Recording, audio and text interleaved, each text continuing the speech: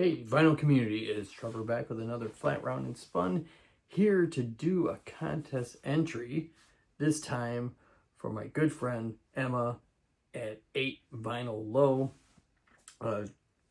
Apparently this week it was on the first Cheap Trick Day. Who knew? She knew, and probably other diehard Cheap Trick fans knew this too. I, for one, had no idea, though I do like Cheap Trick a whole lot. Anyway, she's got this really cool contest going on with 5 prompts. So it's super easy, all kind of based off of Cheap Trick. Thankfully, we don't have to show a bunch of Cheap Trick because honestly, I have one album and I'm sure you can guess which one it is because I've shown it here before. Anyway, not going to pretend. I have my iPad on with the prompts here, so I know what I'm talking about. And so let's go. First prompt is, I want you to want me an underrated album. Now, this recently got a remix and everyone is now falling in love with this record, which honestly, I didn't like the remix myself. I heard it on Apple and I'm like, yeah, I don't need to get another copy. So I have an original mix. It's a 79 pressing from a 74 album. I know I've shown this before. It's with the original album cover. And that is the debut from Judas Priest, Rock-A-Rolla. A lot of people went back after discovering Judas Priest in the late 70s, early 80s.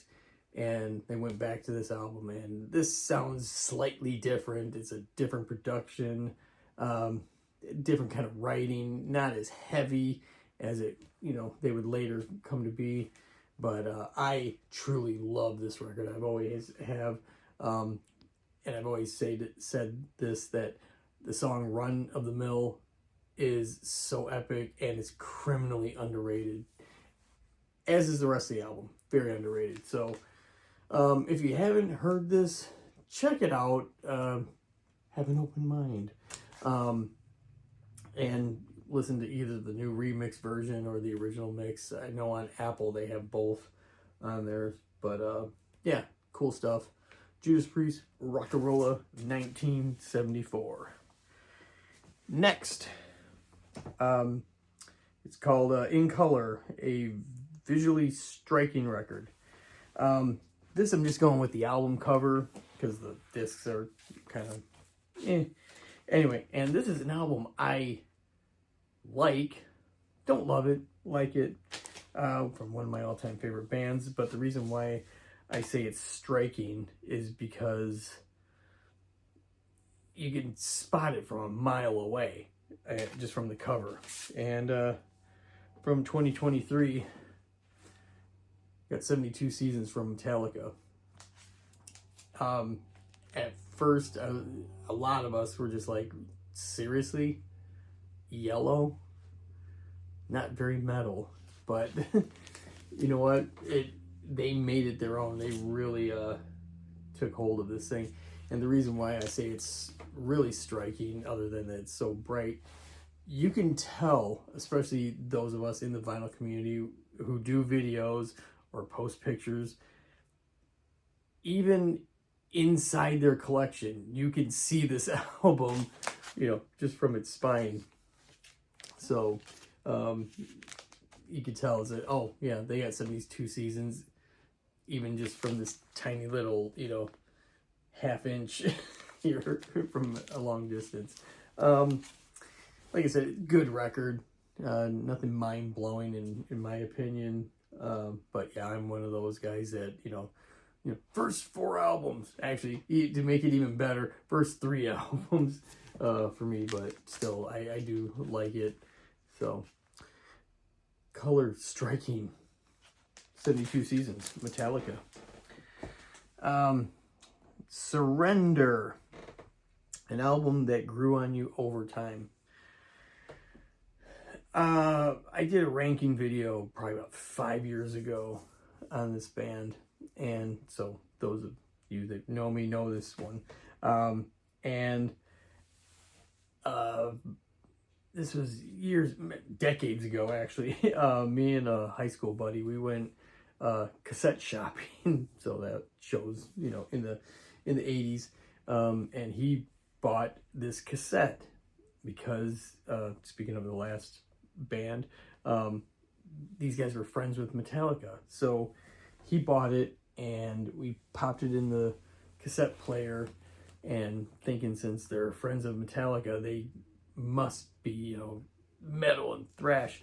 And they were not even close. And the vocals, in my opinion, at the time were just horrible. Just didn't care.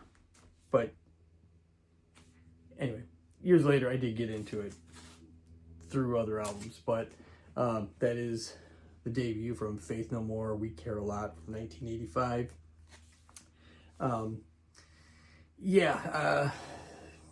Heard it, didn't like it. I didn't even know about Introduce Yourself, the second record. But when the next record, the third record, The Real Thing came out, that was a game changer. Loved that record. Went back to Introduce Yourself. Liked it a lot.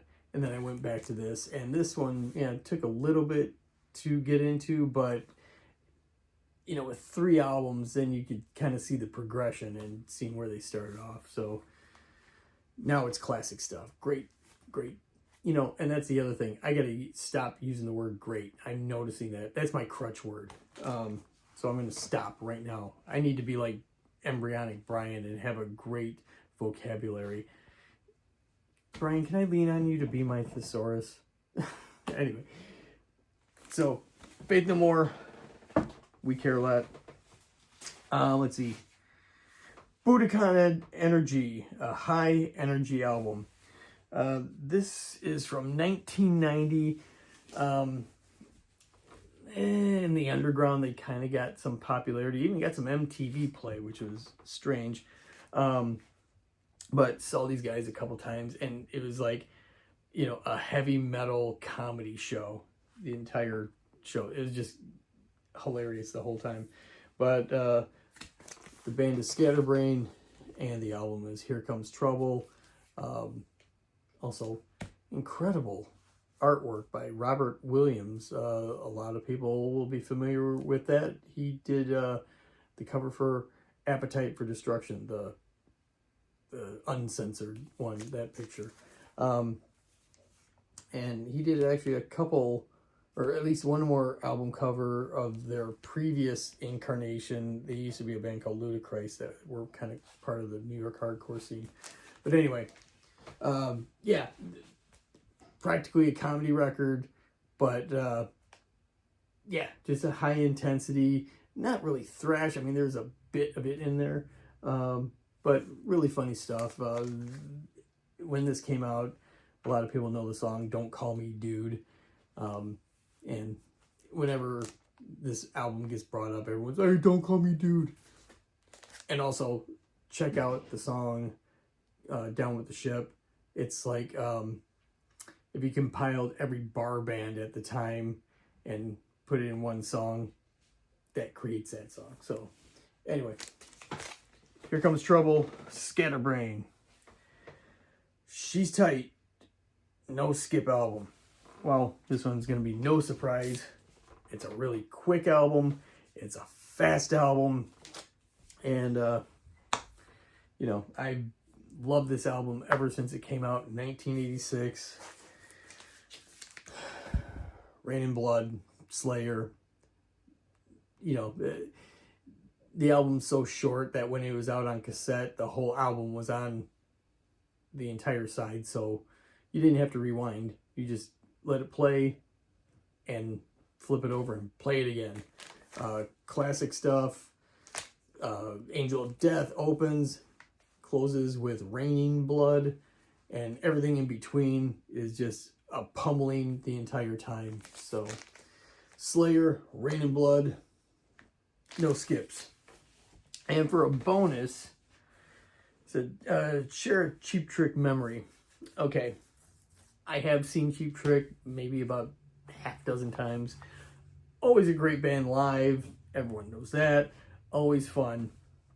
But I want to go with the first time I saw him, I want to say it was one of those shows that, you know, the local rock radio station puts together of like, you know, half dozen bands that aren't touring together, but somehow made it happen to be in one place at one time. Cheap Trick were headlining.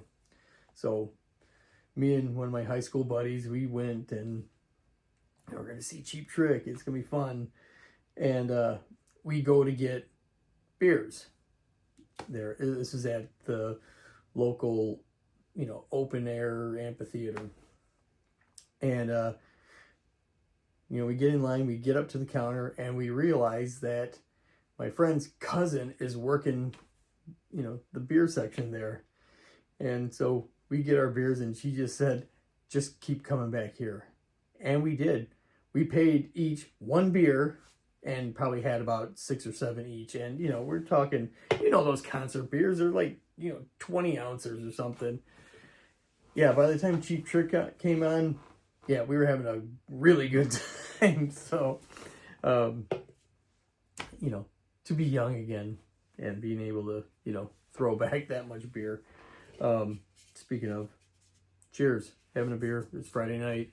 This one goes out to David Atkinson for his love of Iron Maiden. So, anyway, Emma, thanks for putting on this contest.